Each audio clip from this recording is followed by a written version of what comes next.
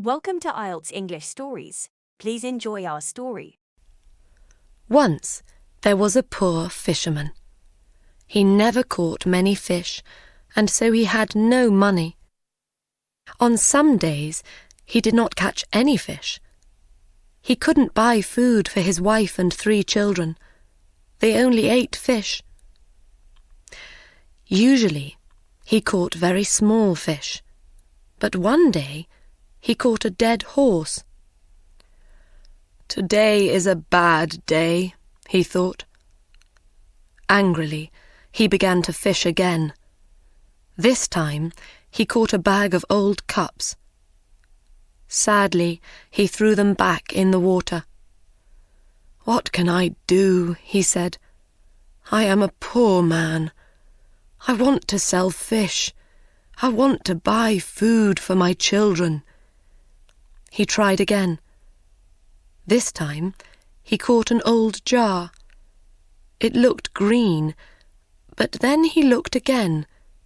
It was dirty, so he washed it, and it was gold. There were some words on the top of the jar, but he couldn't read. The fisherman jumped up happily. "I can sell this now," he said. "Today is a good day." He looked at the jar carefully. "Perhaps there is something inside," he thought. "I'll open it." So he opened the jar and looked inside. Suddenly white smoke came out of the jar, and a great giant appeared. The fisherman was very afraid. The giant spoke. "Now, fisherman, I am going to kill you." "Why?" cried the fisherman. "What did I do?" "You opened the jar. For that I am going to kill you. How do you want to die? I can kill you with my hands, or I can throw you into the sea." "But why do you have to kill me?" "I will tell you," said the giant. "One day, the king of the giants was very angry with me. I took his youngest and loveliest daughter for a walk by the sea, and he didn't like it. So he put me in this jar. I could not get out, because he wrote his name on the top of the jar. I could hear him from inside the jar. "Because you love the sea, you dog," he cried, "you can live in it." And he threw me in the water. I was in the jar for days and weeks. One day somebody will open this bottle, I thought, and I will make them into a great king or queen. But after 100 years, nobody opened the bottle. So I thought, I will make them into a king or queen, but not a great king or queen. After 200 years, I thought, where is this person? Now I will make them rich, but I will not make them a king or queen. After 300 years, I was very angry. When somebody opens the jar, I will kill them, I thought. You are that person, fisherman. How do you want to die? I have one question, said the fisherman. Will you answer it? I will, said the giant, but ask quickly. Were you in that jar? Yes, I was, answered the giant. You saw me. But you are so big. Your hand is as big as the jar. Think before you speak. Is there nothing inside your head? The giant was not very clever. I will show you, he said angrily. Suddenly, he disappeared into white smoke again, and the smoke went inside the jar. You see, he called from inside. The fisherman quickly put the top back on the jar. Ha! Now, giant, he said, I will throw the jar back into the sea. Perhaps somebody will find you in another 300 years. Please open the jar, called the giant. I will make you a rich man. No, you will kill me, answered the fisherman. No, I won't, said the giant. I won't. I'll make you very, very rich. The fisherman thought for a minute. All right then, he said, and opened the jar. White smoke came out of the jar, and the giant appeared again. He quickly threw the jar into the sea. Thank you, he said to the fisherman. I will not forget this. Come with me. The fisherman followed the giant round the city walls and over a mountain. There they came to a great blue and gold sea. In the water there were many fish. Now, catch something. I will watch you, said the giant. In no time, the fisherman caught 3 fish. 3 beautiful red, white, and gold fish. Take these fish to your king, said the giant. He will give you a lot of money for them. The giant disappeared, and blue and gold smoke went into the ground. When the king saw the fish, he said to the fisherman, Those are beautiful fish. I will give you gold for them. Then he said to his servant, Take these fish to the cook. We will eat them today. The fisherman took his gold home to his family. They ate a wonderful dinner of bread, meat, fruit, vegetables, and no fish. For the first time in their lives they were not hungry. The king's cook put the fish over the fire. They started to cook. Suddenly, the smoke from the fire went blue and gold, and a strange woman appeared in the kitchen. She spoke to the fish. Fish, fish, are you doing your work? The fish did not answer. Then their heads went up, and they said, We are, and we are happy. The strange woman pushed the fish into the fire.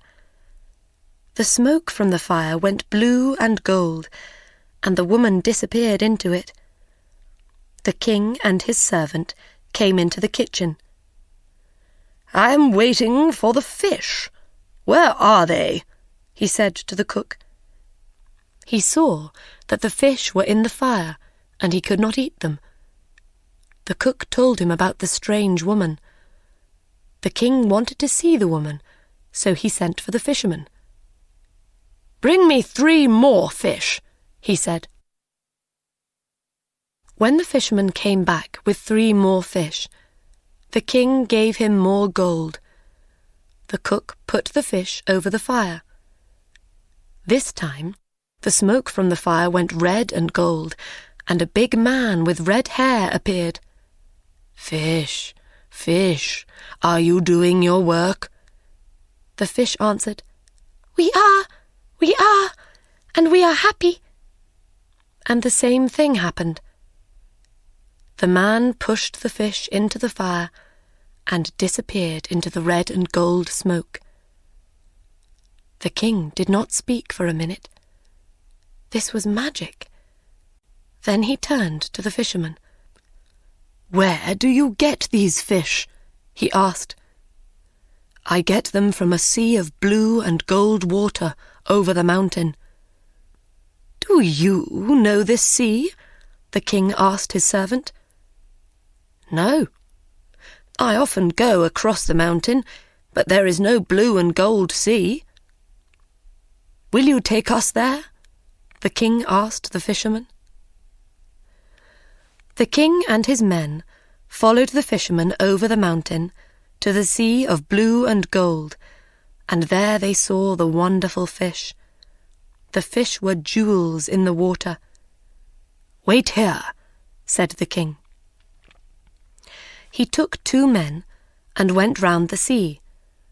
There they came to a great house of red stone, All round the house were gardens of wonderful flowers. There was no answer at the door, but it was open, so the king went in. He saw many beautiful rooms, but no people. He came into a very large room with high windows. Somebody spoke. "When will I die? I don't want to live." The king saw a young man at the other end of the room. He was on the floor with a coat over his feet. "I know you are a king," said the young man, "but I cannot stand up." The king took away the coat and saw that his feet were fine white stone. "What is this?" cried the king. "Why do you have stone feet? Why do the fish talk? Why does a man with red hair appear from nowhere in my kitchen? What is happening? Tell me." "I will tell you," said the young man. "Please sit down and listen. There was once a great city in this place. My father was king of that city, and I was a prince. Then my father died, and I was the king. I married a beautiful woman. She was my queen, but she did not love me. She loved a servant. When I learnt about him, I wanted to kill that servant. We had a fight. I hurt him, but I didn't kill him. He could not use his legs. My wife was very angry. She can do magic, and she changed my feet to white stone. Then I could not use my legs. That was not the end of it. 3 mountains and a blue and gold sea appeared in place of the city. She changed the men and women of the city into fish.